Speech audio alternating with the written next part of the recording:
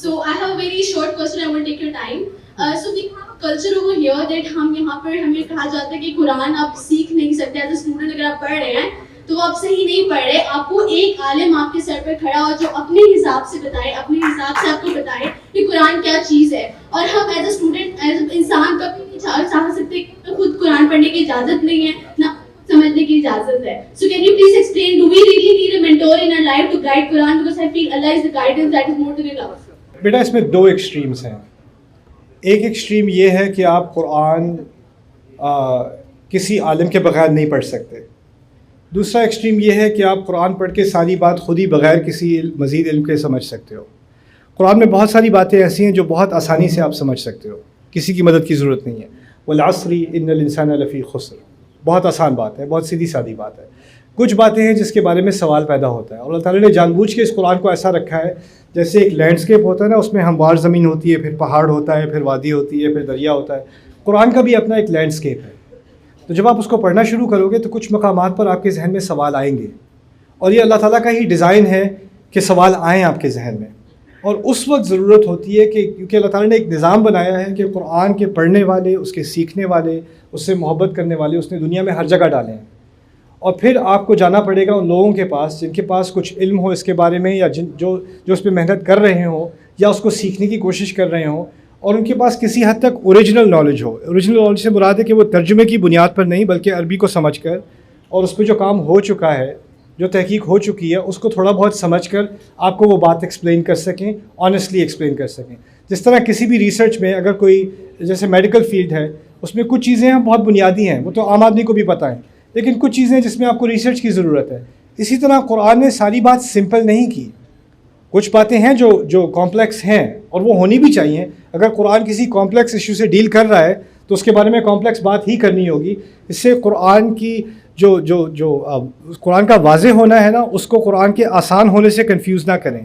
اور اللہ نے کبھی نہیں کہا کہ تمام قرآن آسان ہے.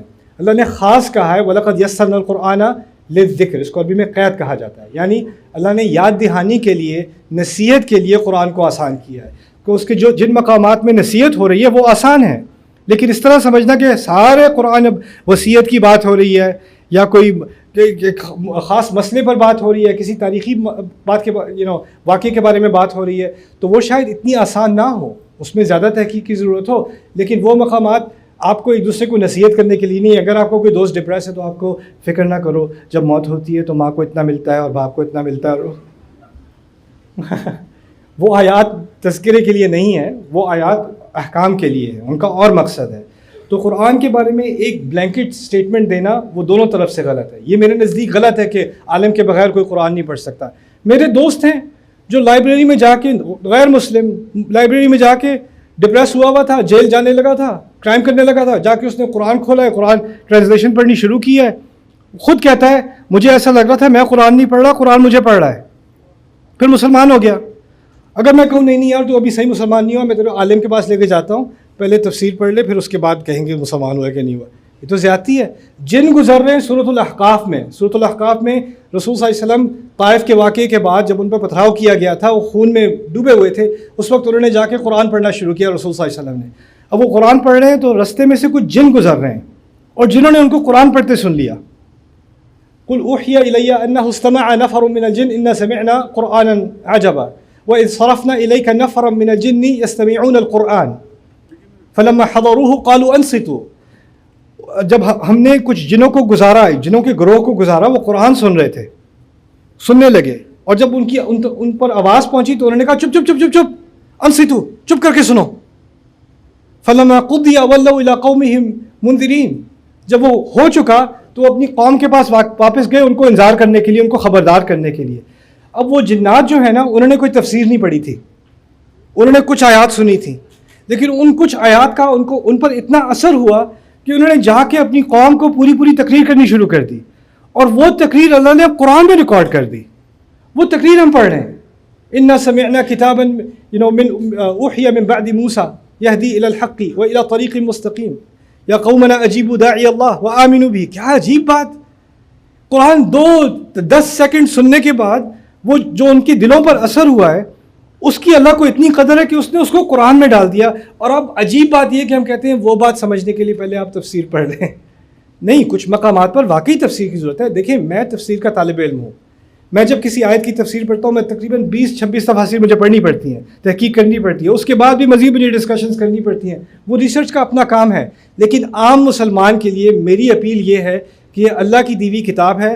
اس نے وعدہ کیا ہے کہ جو اس کتاب کی طرف آئے گا, یہدی الی الحق کی, یہ نہیں کہا یہدی الی الحق کی العلماء و یہدی الی الحق المتعلمین, نہیں, یہدی الی الحق, یہ حق کی طرف ہدایت دیتا ہے. جو سنسیئرلی اس کتاب کی طرف آئے گا اس کو اللہ ہدایت دے کے رہے گا.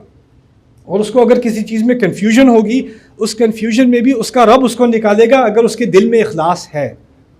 اگر اس کے دل میں اخلاص, بس ایک ہی چیز چاہیے اس کے لیے, ھدی للمتقین, تقویٰ ہے دل میں, ہدایت تمہاری ہے, اس سے نہیں ڈرنا. اور یہ کہنا کہ قرآن پڑھ کے گمراہ ہو جاؤ گے, ہاں واقعی قرآن پڑھ کے تم گمراہ ہو جاؤ گے. کب؟ وما یضل بہ الا الفاسقین. قرآن نے خود بتا دیا, جو لوگ کرپشن کی نیت سے اس قرآن پر آتے ہیں وہ اس کو قرآن کے ذریعے سے ہی گمراہ کرے گا. ایسے لوگوں کو نیت پر ہے سارا کا سارا. یہ غرور بھی نہیں کرنا کہ قرآن پڑھ کے مجھے سب سمجھ آ جائے گا, اور یہ گمان بھی نہیں کرنا کہ قرآن تو میں خود سے پڑھ ہی نہیں سکتا, تو نازل کس کے لیے ہوا تھا؟ یہ تو بنو اسرائیل کہا کرتے تھے کہ ان کی تورات صرف علماء کے لیے, عام انسان کے لیے نہیں ہے. وَمِنْهُمْ أُمِّيُّونَ لَا يَعْلَمُونَ الْكِتَابَ إِلَّا أَمَانِي. یہ تو قرآن نے کہہ دیا نا. تو یہ قرآن تو انقلاب تھا کہ ہر انسان تک خدا کا کلام پہنچے, تو اب تو پہنچانا ہی پڑے گا. آخری بات میں یہ کہہ دوں کہ اب آپ کے سامنے ایتھیزم سیکھنے کے لیے بہت آسانی ہے. یوٹیوب پہ آپ سیکھ سکتے ہو. آپ کو کوئی بھی الٹا سیدھا نظریہ سیکھنا ہے وہ آپ سیکھ سکتے ہو, بس قرآن نہ سیکھ لینا غلطی سے. قرآن کے بارے میں نہ پوچھنا, یہ پاگل پن ہے. اس پاگل پن کو ختم کرنے کی ضرورت ہے انشاءاللہ.